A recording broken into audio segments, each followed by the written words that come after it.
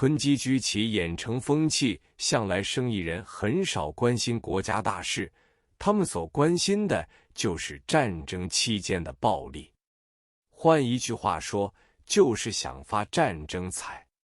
1914年第一次世界大战，上海几个颜料巨商如贝家、邱家、西家都因大战而发了大笔财，所以这次的战争，有些商人也料到有发财的机会，这位颜料商就根据过往的历史如法炮制。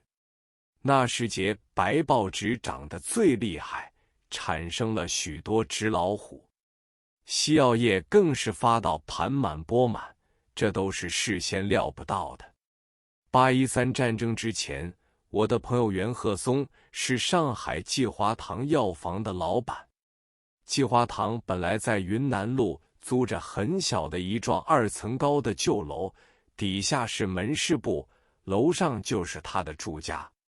这个区域晚间满街都是流英及最低级的拉客妓女，出出入入，时常受到这般妓女和老鸨的滋扰。他不胜其烦，但是又觉得他们的行径很可怜，每次被困扰就拿出银元1枚，并说：“我是住在此地的，以后不要拉我。”于是这个区域中的妓女老鸨个个都认识他，称他为四老板。有一天深夜，季华堂楼下起火，好多妓女不见楼上有人逃出来。有一个妓女是江湖卖血出身，她顺手找到一个大罐，用力抛上2楼，一下击中玻璃窗。袁鹤松探手出来问发生什么事情，一看楼下都是火，才从熟睡中惊醒逃出。这场火不但把季华堂烧成平地，连玉人里的房屋也烧掉了6、7幢。一场大火之后，袁鹤松向业主提议，全部空地由他租来建屋，因此大兴土木，造成了一座5层楼钢骨水泥的大厦。落成之后，袁鹤松正愁着多余的地方无法租出，许多经销西药的外侨都想整装离沪返国，一个个把堆存的药品以最低廉的价格倾销给季华堂。我记得最大的一笔交易有800箱奎宁丸及金鸡纳霜，因此堆满了他的1层空屋，其余名贵药品不计其数地送来，他情不可却，照单全收，有10几家洋行还肯赊货，暂不收款。袁鹤松还说，这么多的货要几10年才能销得清。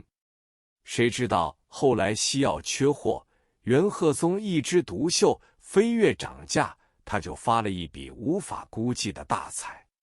后来他想到，要是没有那个江湖卖血的妓女打烂他的玻璃窗，叫他逃生，他全家的性命就不保。所以他到处访寻，找到这个妓女，给了他2箱奎宁丸，再送他一些现款，叫他改行转业。后来这妓女到重庆去开了一家药房，竟然成为富婆。后来囤货的风气大盛，大有大囤，小有小囤，几乎家家户户都有囤货。货涨得最快的一种是奶粉，一种是羊铁皮，这2种东西日日高涨，囤的人都不肯脱手。有一越剧女伶，许多卖羊铁皮的店家把羊铁皮卖给他，他就3张5张的收集起来。最多的时候，他家里囤满了羊铁皮，连床铺都拆掉了，自己睡在羊铁皮上。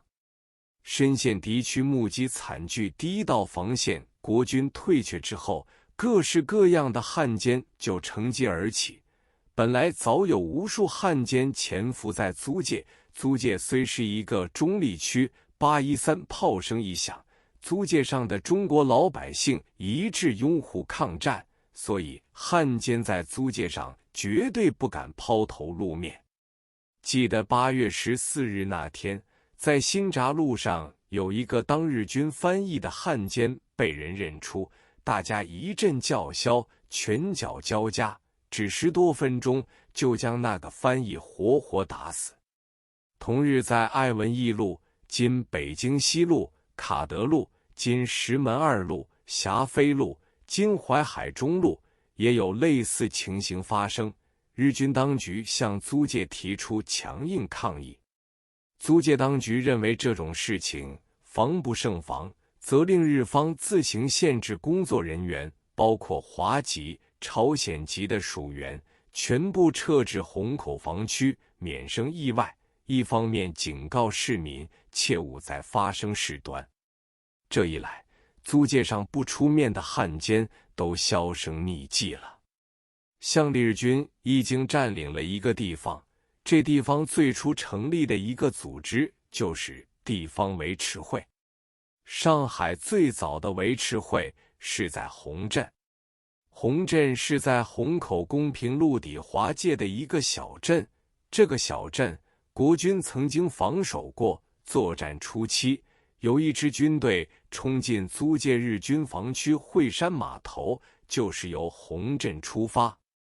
初时，租界上一到晚间9时就施行宵禁，市民在9时之后仍徘徊在街头的，就会被拉入巡捕房过夜。因此，几乎每个巡捕房夜夜总有200-300人被拘留，就连好多专做夜生意的小贩也不例外。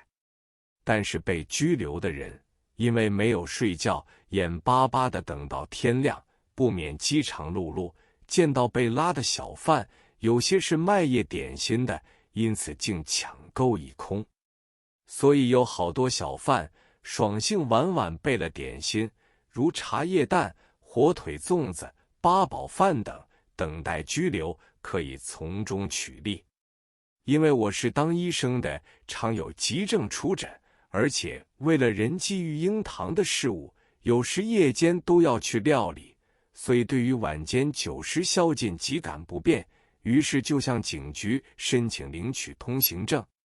初时他们限制很严，一连申请几次都不得要领。一天，有一个马夫拿了一张孙家福的卡片来见我，匆忙地说：“孙先生要送你一张特别通行证，请你即刻给我2张相片，明天就可以把通行证送来。”我对病家向来不问名字，所以这孙家福究是何人，一时也想不起来。但是对来人觉得面熟，既然有人肯送我通行证，总是好意，我就给了他2张相片。